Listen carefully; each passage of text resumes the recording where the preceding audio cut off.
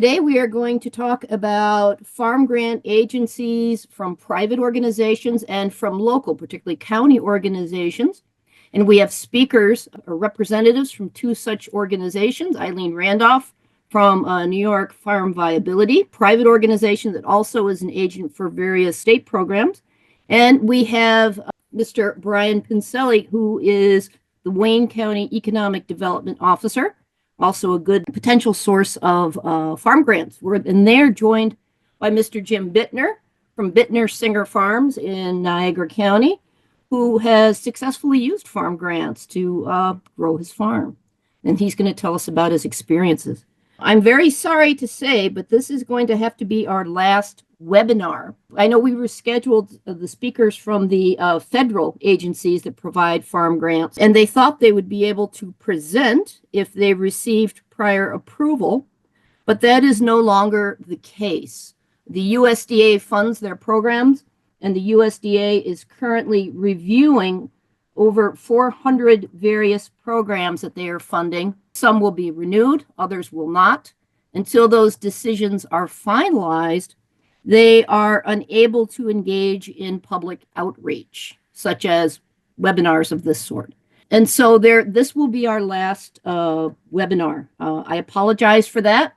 When I scheduled the series and developed it, this was unexpected.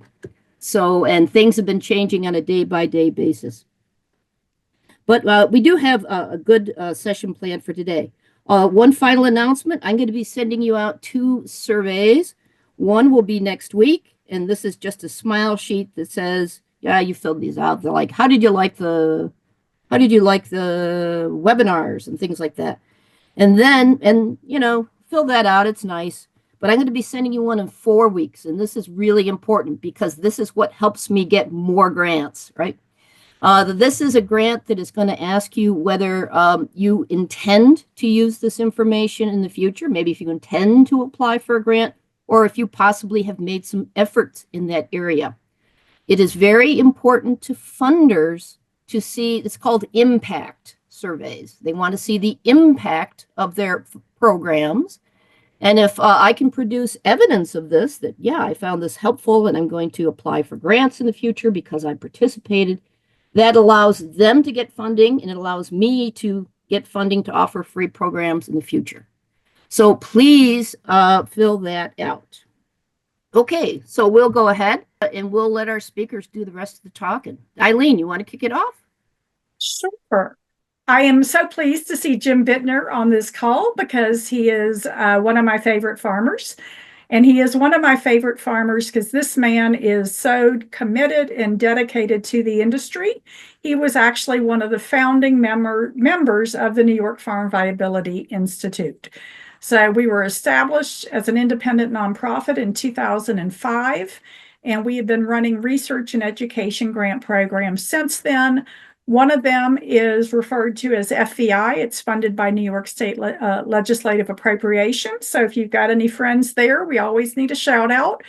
The other is the Specialty Crop Block Grant program that we administer on behalf of New York State. So those are both programs that extension folks apply to, Cornell Agritech researchers apply to. Those are programs that are looking to create and share knowledge. So they write an outreach plan in and they tell us how they are going to reach farmers and create an impact. What I love about the way the program was designed by those original folks that started the organization is that farmers review the proposals because we know that farmers understand their business and know what their needs are. So I'm pointing this out to you not because it's a program that's going to be a good fit for you, but if you're really involved in your industry and you would like to become a reviewer for these grant programs, we are always looking for folks that want to participate. And it's really a lot of our DNA there about what a program should achieve was built in this program. In 2022, New York State appropriated money for a beginning farmer competitive grant program and New York State grown and certified grants. We actually had to write a proposal for both of those programs and compete to administer the program. So these are a different contractual structure for us, but we think that we were able to write a good proposal because we relied really on our DNA, which is what we look to do is create outcomes from a grant program, and not just a general outcome, but very measurable, specific outcomes. With our research and education programs, this is what we say our priorities are. These are the outcomes that we push the researchers and educators to achieve. With the Beginning Farmer program and the Infrastructure and Technology program, those outcomes are written into the RFPs.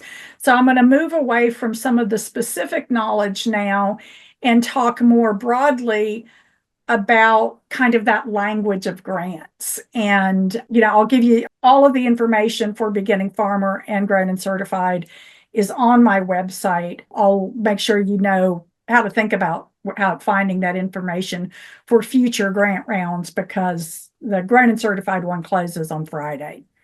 So grant finding tips is my first category here. It's really, you got to stay connected to your industry. People aren't going to come knocking on your door on your farm and tell you about a grant. There are plenty of membership organizations out there. If you don't know of a membership organization for your type of farm, send me an email and I will tell you about one, because they are out there. And that is how you can stay connected, not just from your county extension office is obviously also a great resource. But, sometimes if you're an outlier in your county, you want to make sure you're finding out information that's specific to your industry. There are also, if you're not on your county listserv, I'm guessing since you're part of this group that you are, there's also the regional teams with Cornell Extension that they all have listservs. So really get yourself connected, because when we issue an RFP, that is where we go, because we know that we can't reach all of you. So we try and amplify the message working through these organizations.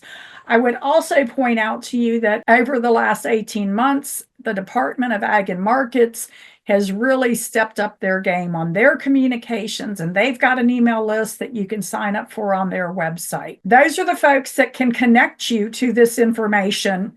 If you don't make a commitment to reading your email, you're going to miss it. I was at a conference recently where I said, hey, how many of you are on that email list? And they all raised their hands. And I said, okay, how many of you open your emails?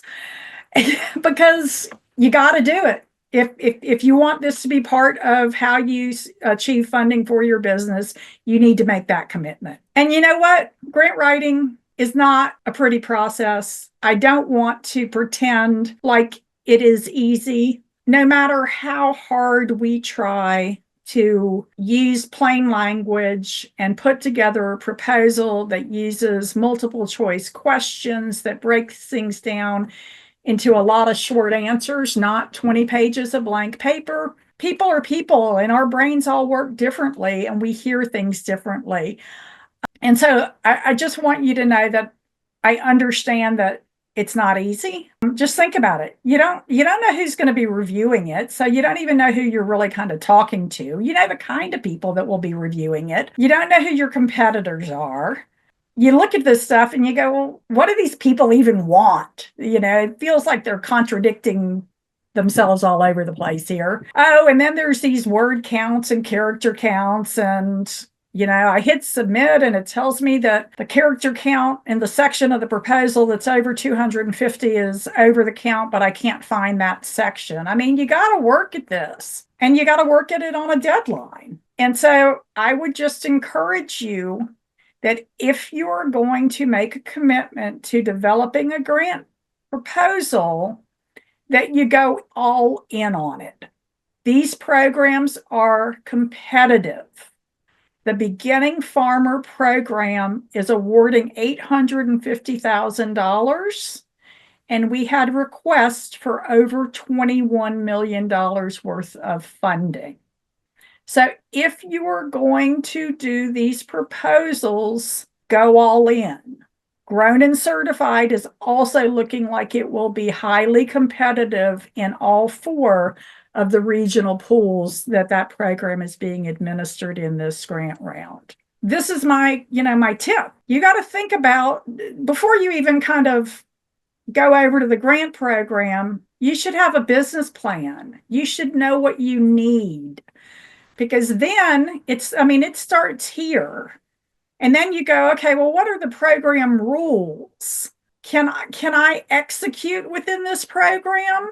And then the goals for the grant program. Can I be competitive in this grant program? Because there is a difference between an eligible proposal and a competitive proposal.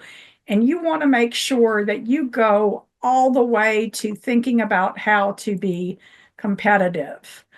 So this is the sweet spot. Your business needs. What would you change if you had the funds requested? Can you execute within the confines of the program? A lot of folks get really, really frustrated because these are reimbursement-based grants. What that means is you will not get any money until you have purchased and can document that you have purchased the assets requested and submitted any required reporting. So you got to know that's the rule. A lot of states don't have these programs. New York is fortunate that we do, but that's what you need to be able to work within. So if you don't have a relationship with your banker now and have a line of credit, before you look at grant programs, you want to figure that out. The Beginning Farmer program was extraordinarily generous with a 95% free money and a 5% match. Grown and Certified is almost as generous with a 90% free money and a 10% free match. But if you're looking for a project that's going to cost $200,000, you need to be able to implement it. We do not want to put money under contract with people who can't access funds to implement, and we cannot do that. Read that fine print that's in the RFP, and then look at the goals of the grant program. Does what you need for your business align with the goals of the program? Sometimes those are called priority areas. Sometimes it's a statement that's built into the introductory language. For Beginning Farmer, it was to advance the Beginning Farmer's plan to build a sustainable, independent agricultural enterprise. For different reasons, some things get pushed more explicitly than others. With Grown and Certified, it's pretty clear what the priority areas are. That's another word that you want to read for. But in any case, really take a step back, think about these 3 things, do that legwork before you ever make a commitment that you're going to be able to do a competitive proposal. So this is the same thing. And please read the instructions. I don't want to have to rule your proposals out based on a non-compliance with a technical requirement. So these computer systems will let you ask for more money than the program will support. So you need to get that right. You need to really, make sure you've gotten it. And if you're repeating copy somewhere, read those instructions again, because we didn't mean for you to. So make sure you've got the information where it goes. And with all of this, make sure you're presenting yourself as the smart, intelligent, credible folks that you are. You don't need 5 pages about your accomplishments, but just kind of drop them in there. And when you're talking about the outcomes that grant's going to have, that part right here, what would you change if you had the funds requested? Tell us how you did that math. Build your credibility. Don't make us guess and then, have folks arguing over whether you could do that or not. Tell us how you figured out that math. And as you're writing, don't forget how much you know, and that the folks that are reviewing your proposal are not going to Google your business name. They're not going to go looking for any additional information if there is something that they don't understand. So really think about, you're telling a story here. Does everybody understand who all the players are, what you're doing? I think that it's all completely doable. I think that farms should be looking for grants. And our goal with both the beginning farmer and the grown and certified infrastructure and technology grants is to really hope that by going through the thought process of that application, that you have helped think strategically about your business and its needs, so that you're not, that it's not just about all the blank pieces of paper. You've said, okay, they want to know if I have a business plan. They're not asking for it, but I better make sure I've thought about that. They want a goal that tells me outcomes. They want to, so that's really my goal with this, is that if people are going to go through that commitment to developing a proposal, that even if they are not funded, the thinking process has been useful to them. And from there, I am done. And I can take questions now, or you can put us all together later. You're on mute. I have a question. Okay. Hi, Eileen, again. Hello. So, excuse me.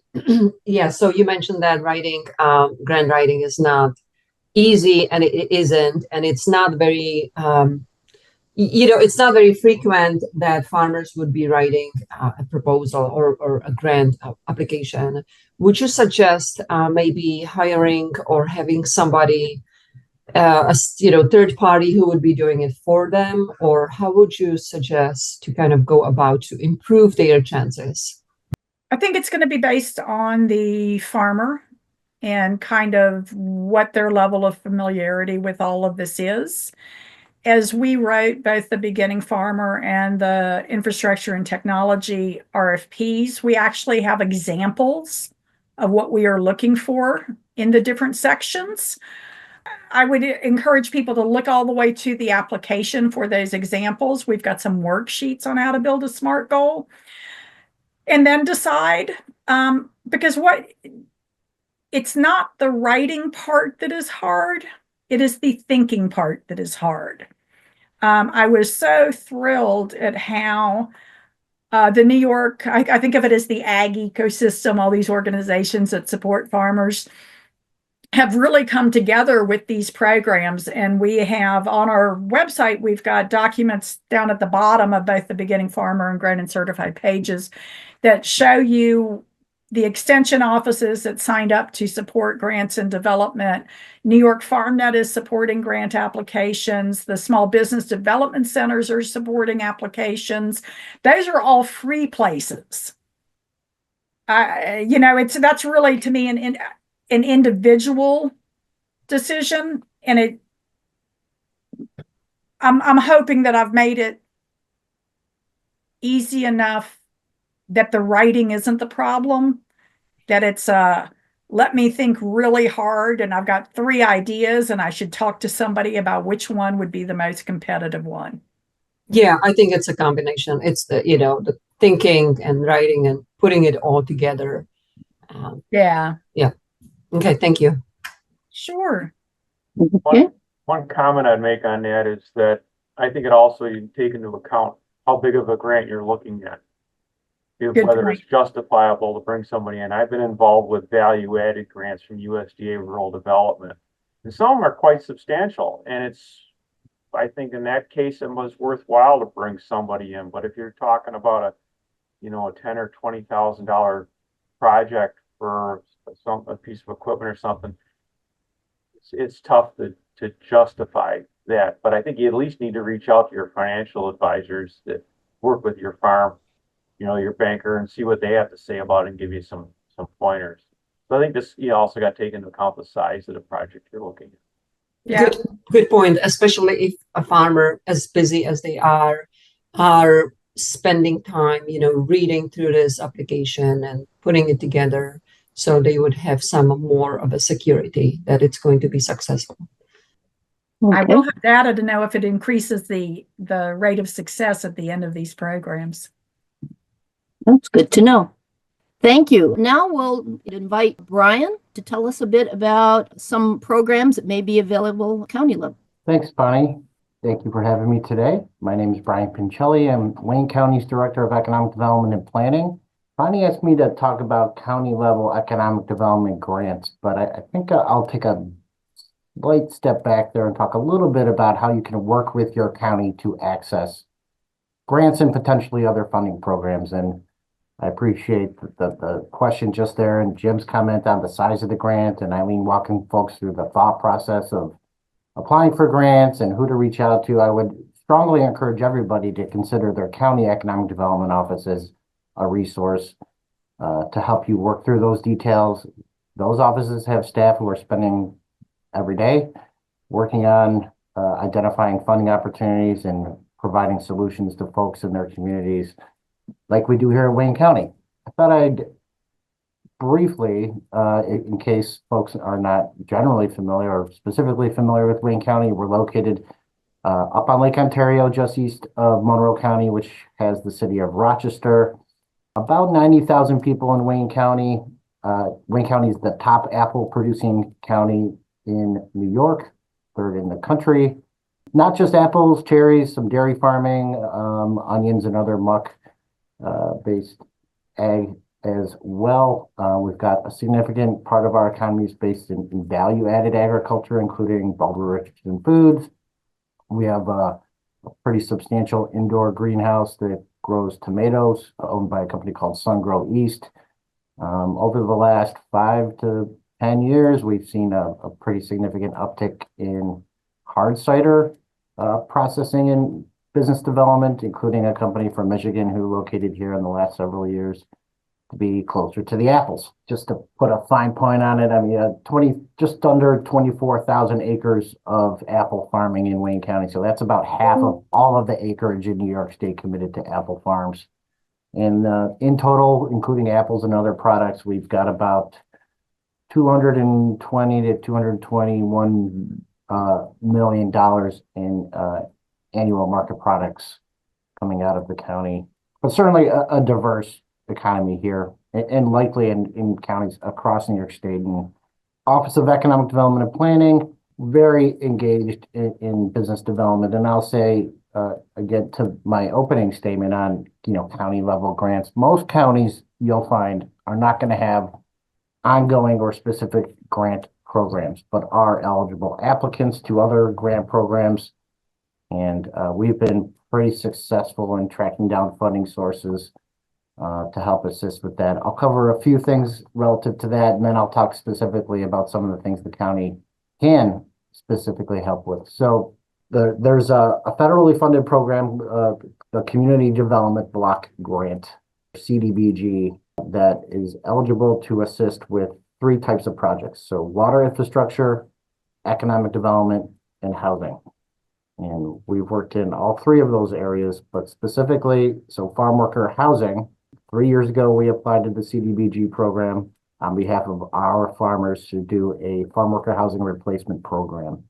It was $1 million grant that we in turn passed through to eligible farms in the county who could demonstrate that they had a need to rehab or replace existing farm worker housing. That program, so it's federal funds administered by the state because we're not direct applicants of this federal funding. So the county is an applicant to the state to utilize and access federal funds to do a farm worker housing replacement program. With that $1 million, I think we did 7 replacement projects at farms across the county. So that's an example of the county as an applicant for funds, but in partnership with local farmers, and understanding the scope and opportunity was, kind of hand in hand. So at the county level, we're also providing staff support to our Ag Farmland Protection Board, or in Wayne County, we call it our Farmland Development Board. But it helps provide that connection to local farmers, understanding the scope and the interest in pursuing funding and participating in programs like that. On top of housing, I mentioned economic development. So projects involving expansion of square footage or product lines are eligible for CDBG funds as well. That is capped at 750,000 per project, but is contingent on a job creation component. So demonstrating that your project would help create new jobs. And then there's a formula, if you will, to follow on the availability of those funds. Towns and counties and villages, although I would be a little surprised if a village pursued a farm grant or assistance for a farm, but towns and counties are eligible applicants to that program. So some of this boils down to, if you're considering a capital project, an expansion of a project on your farm, those are opportunities, and I would highly suggest that folks reach out to their county level economic development office as early on in the process as you can. Again, those folks are there to help you review and pursue funding opportunities. In some cases, they might be able to help assist with writing or providing information relative to a grant application, including helping scope and identify the problem maybe on a more on a regional level, as opposed to what is particularly happening on your specific farm. A number of other funding sources available at the state that county level economic development offices make sure that they are in tune with, including grants available through Empire State Development, which I don't know, I think some farmers consider that to be more of an industrial project support, but it is certainly eligible to farms or value-added farmers out there. We're very in tune and in touch, and we have a lot of communication with the regional office based in Rochester here for economic development initiatives. So the world turns as well, and there are some unique programs that pop up. And I'll say this is about 2 years ago, there was a craft beverage economic development grant that was kind of a one-off and a little unique, but certainly relative to a farmer who might be, including a number of apple farmers here in the county, who are also running in processing hard cider, right? So they have an apple farm, and as another part of a business venture, have gotten into the hard cider market, and helping grow those craft beverage companies was an initiative at Empire State Development. It was only one round, so it's contingent on economic development folks at my level to make sure those farmers are aware of those funding sources. But I think it's contingent on farmers too, and I think Eileen was alluding to this, is be proactive, right? If you're considering or interested in, even if you're thinking a couple of years down the road, notifying economic development staff at the county level, I'll say, at least I would hope that folks in our county know that letting us know early helps us start to think about and prepare and identify potential opportunities for funding. Application windows tend to be pretty tight. 3 months, maybe 6 months if you're lucky, but those resources are there. Specific at the county level, there are typically 2 opportunities to consider. One is support through industrial development agencies, or we call IDAs. Again, the name itself might not lend thoughts to support for farmers, given that they're called industrial development agencies. These have evolved over time, but IDAs are there to help support improvements to, I'll say, non-commercial. So when we in this space refer to commercial, it's basically retail. If someone could walk in the door and buy something, that's not an eligible project. But if you're producing and selling to other stores, non-consumer direct projects, dairy farms, for example, our apple farmers, cold storage facilities, those might not be thought of as industrial, but IDs are there to help support growth projects. Again, typically square footage projects. Over the years, we've worked to support a substantial cold storage improvement project, well, several, I'll say, one involving a company called KM Davies that has a pretty substantial amount of cold storage square footage on a growth project. There's another company in Wayne County that stores and ages cheese, also an eligible project. IDAs provide support generally, well, through three different paths. One is called mortgage recording tax benefits. So if you borrow money for a project, you're paying typically the county a mortgage recording tax, which is associated with that financing. The Wayne County IDA can provide an exemption for that, which is typically in Wayne County, it's 1% of the dollar borrowed. So it's not a huge amount, but it can add up when you're talking about $1 million or more. In particular, is kind of a sweet spot for IDAs to get involved in project development. The next benefit, sales tax exemption. So if you're for every 2x4 nail, screw, sheet metal that goes on the roof, everything that is not already tax exempt, which is generally machinery and equipment in New York, can be exempt through the IDA.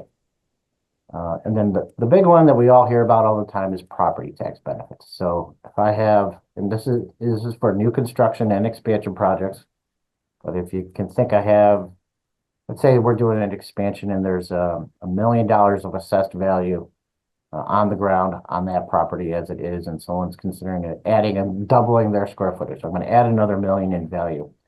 IDAs can help abate that impact on that increase in assessed value.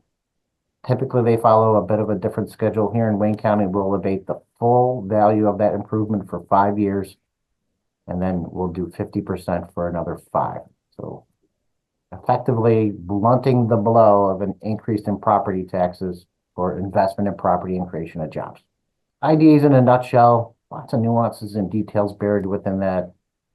I can't think of a county in New York that doesn't have an IDA, and they're not explicitly focused on industrial development. So again, in particular in counties like Wayne, we're kind of right in the middle of the population metrics relative to if you look at all the counties in New York, we'll fall right in the middle at about 90,000 people. Substantially smaller counties around here, 20,000, 30,000, they all have industrial development agencies, and they're there to help support economic development within their county. And it's not always high-tech manufacturing. So I'm going to hammer this point home. I probably am already, but reach out to your county IDA or your county economic development offices and have conversations. On the other side of our economic development office, we staff, it's called the Wayne Economic Development Corporation.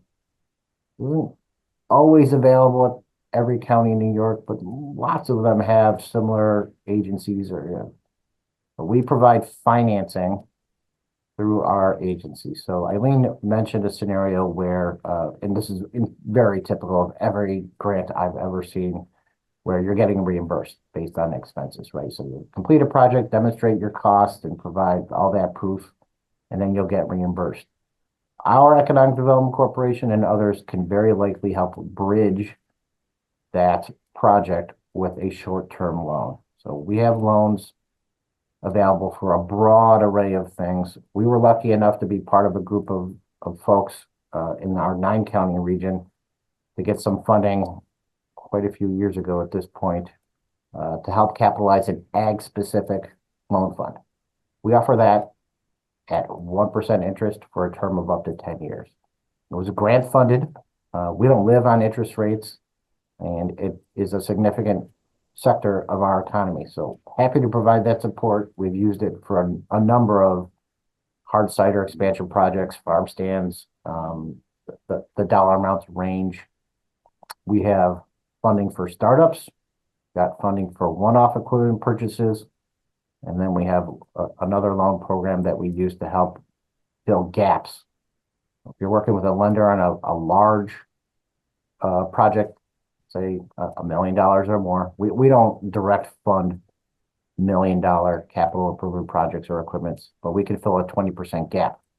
And so if you're working with a bank or a lender, you can farm credit in some extent situations, but they'll offer a 70, 80, 90% loan to value financing. We can help fill up to 20% of a total project to help fulfill that whole capital stack and make sure the cash is there to help move projects forward. I could probably talk for a lot longer about assistance programs and how we can help support things, but I'll stop there, and I'm happy to answer questions or take a deeper dive in any of those details. Hey, do we have questions for Brian? Well, I have. Ask the question again. Please Me go again. ahead. Hi, Brian. So I am an agricultural educator at Cornell Extension of Monroe County in Rochester. You mentioned Rochester being a big headquarters. Is that correct? So Empire State Development's the state's economic development office. Yeah. They have 10 regional offices. Our region in here is so Monroe County and then the 8 surrounding counties effectively. So Wayne, Wyoming, don't ask me to name them all. But Yeah, no, I'm good. the I regional understand. office is located in Rochester, but they work in our 9-county region. Yeah, because I looked IDA in Monroe County and there is not. I didn't find any So hits. COMIDA, County of Monroe Yeah. Industrial Development Agency. Anna Liss is my counterpart over there. See Anna quite a bit. They have very similar assistance programs to us, maybe slightly tweaks and differences, but they have an IDA that can provide those tax benefits and they have Okay. financing Yeah. programs to help fill gaps and support economic development stuff. Yeah, thank you. Our region, sure. All of the REDCs have listservs, so you can sign up to be notified when their stuff comes out. It's also an interesting thing to look at to see what's showing up in their, what they're funding, what's showing up in their strategic plans. I do have a question, Brian. We have folks from all over the state who have actually signed up for the program. Is it fair to say that most counties are going to have very, very similar economic development programs, or will they be very tremendous, a good deal? I would say a little bit of both. Like I was saying, again, I can't think of a county in New York, and we as county IGAs or county IGA directors get together a couple times a year to swap notes. There was just a conference in Albany. I can't think of a county that doesn't have an IDA. And I worked in Central New York too for about 10 years, and in this region for about 8. Every county has an industrial development agency, and they're empowered by the laws of New York to help provide the same benefits that we provide. The benefit schedule on the pilot stuff could vary and change and does quite a bit county to county.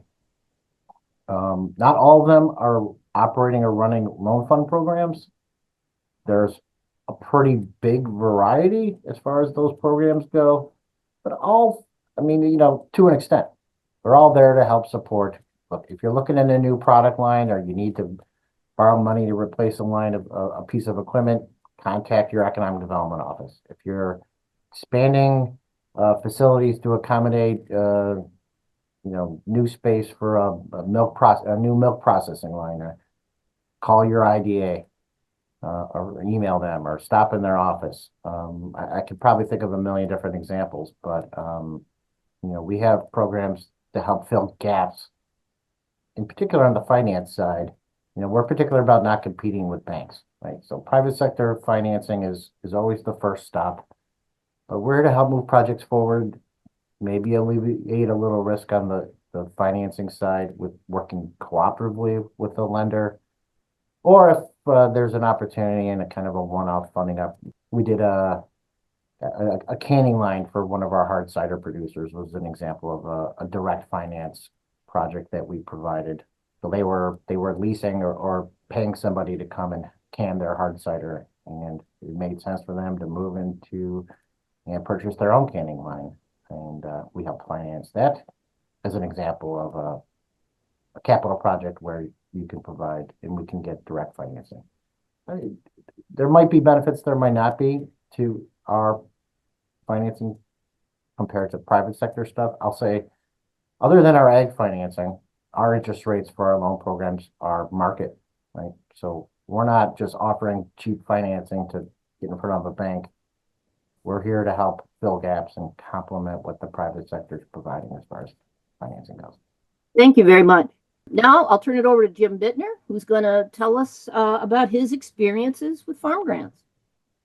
Well, I've been around a long time, so I've probably done about everything at least once. The big one used to be the value-added grant program that USDA Rural Development was running. I don't know where that is today, but over the last 30 years, I've probably been involved in 5 different little projects under that grant program. Everything from a new winery startup to crunch time apple growers. When they first got started, they got a value-added grant. And those used to be a big deal. I don't think they're as big a deal as they used to be, but they're out there. Soil and Water Office is a good place to start. Also, they've got access to both state funding and can help you with FSA, NRCS funding, which may be on hold right now, but there are some state projects. We've done everything from spray shed chemical storage facilities, fuel depots, irrigation projects that we've gotten partial funding for those. If they're a big project, you're going to have to get, as Eileen said, all these programs are reimbursed programs. You've got to spend the money before you get the money. So if it's a big project, you've got to line up a bridge if you need to. If you don't have the cash in your pocket, you're going to have to line up a bridge loan with your lender, which takes a little paperwork. It's going to cost a little bit, but you're going to have to do it if it's a big project. I'll put a thing in for New York Grown and Certified. Don't be afraid of it. It's easy to be New York Grown and Certified. You just got to get the minimum level through your local soil and water conservation office. You have to have some type of GAP certification. And quite honestly, if you're selling any food product to the public, you need to be doing that anyway. So do it. Another thing is, GAP certification costs. If you look around, some of those costs are reimbursable from either a state or federal program. Same as organic certification costs. There are programs for that, and every year I apply for both of them. They're not a lot of money, $400 or $500, but they're usually one-page applications, and you can get some reimbursement for both of those.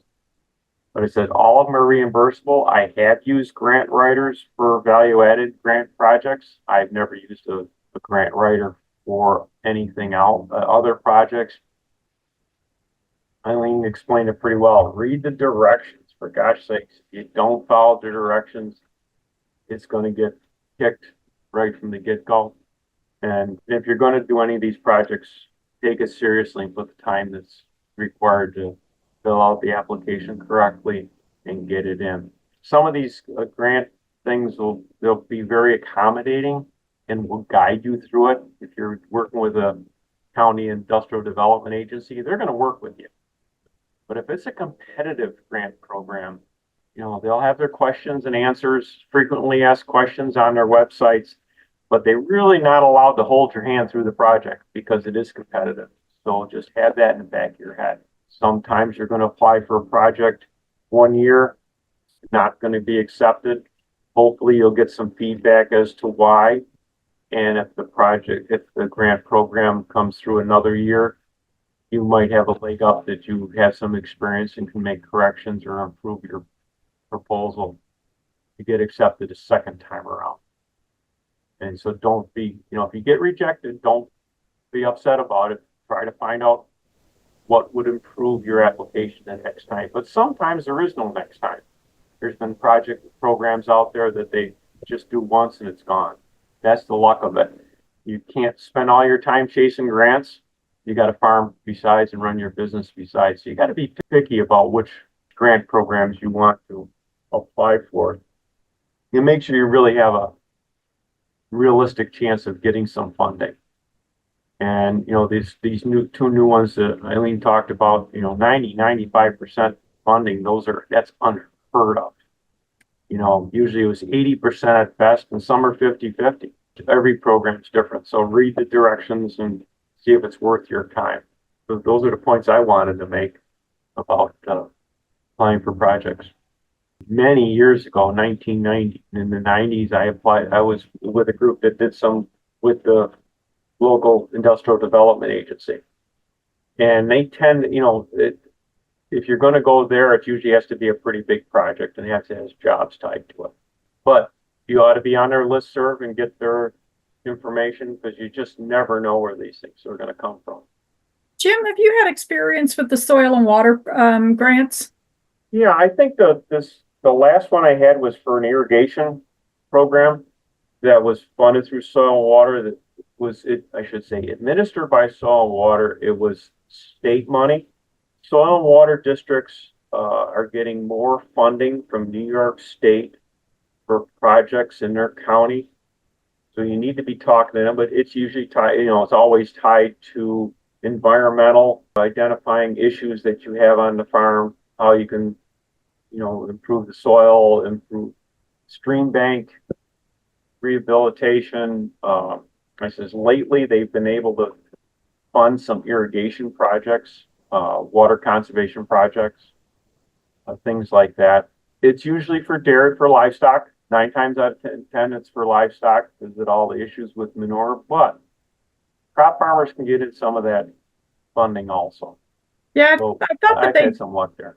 I thought that they'd broadened some of their programs over the last couple of years and that they were looking at things that are really kind of win-win for business needs and environmental management. So I want to say yield monitors, because you can make a case that if you have a yield monitor on your combine, that you can do selective practices and not use as much nitrogen.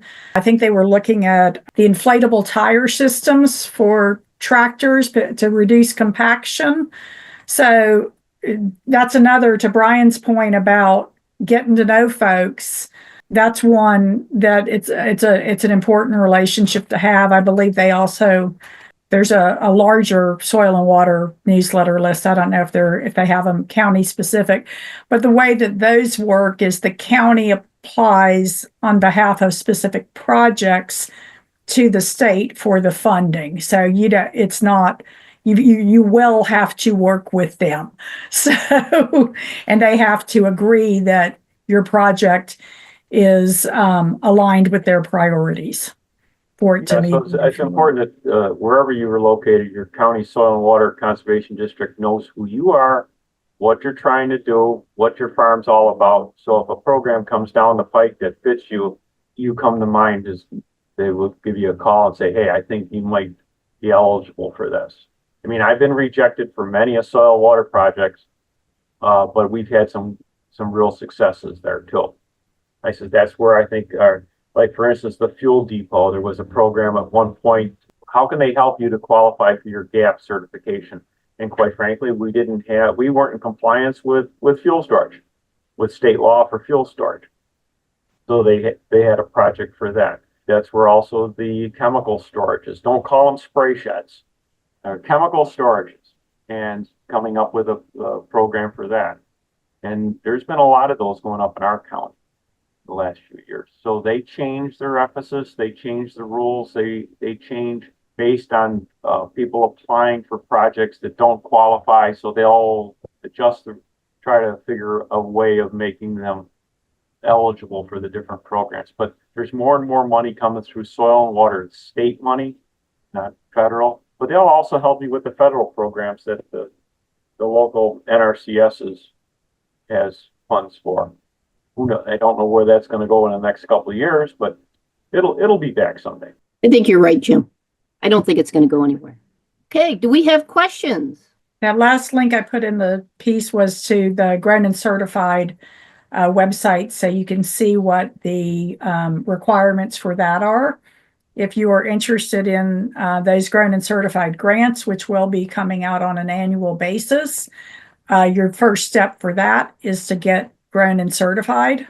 So you should look at the requirements for your commodity. It's about food safety and environmental management is what is being certified, and it varies based on what your products are. But we're pushing, that program has 8.5 million that is being competed for now with the RFP closing on Friday. I didn't go through the details of it all because they are likely to evolve for the next round. So I didn't want you to get incorrect information burned into your brain. So that's why the staying connected part is really important. Yep. Even the grants that Brian was mentioning for craft beverage that were issued through ESD, that happened because cider makers wanted it to happen, and they told people they needed it to happen. They made the case for why the general consolidated funding application for ESD funds didn't work for their industry, and they were successful. They had, an RFP out. So it's really been eye-opening to me to see kind of what happens when people show up. Yep, and be proactive. I would like to thank all of our speakers for being here today. You did a fantastic job. This is terrific information.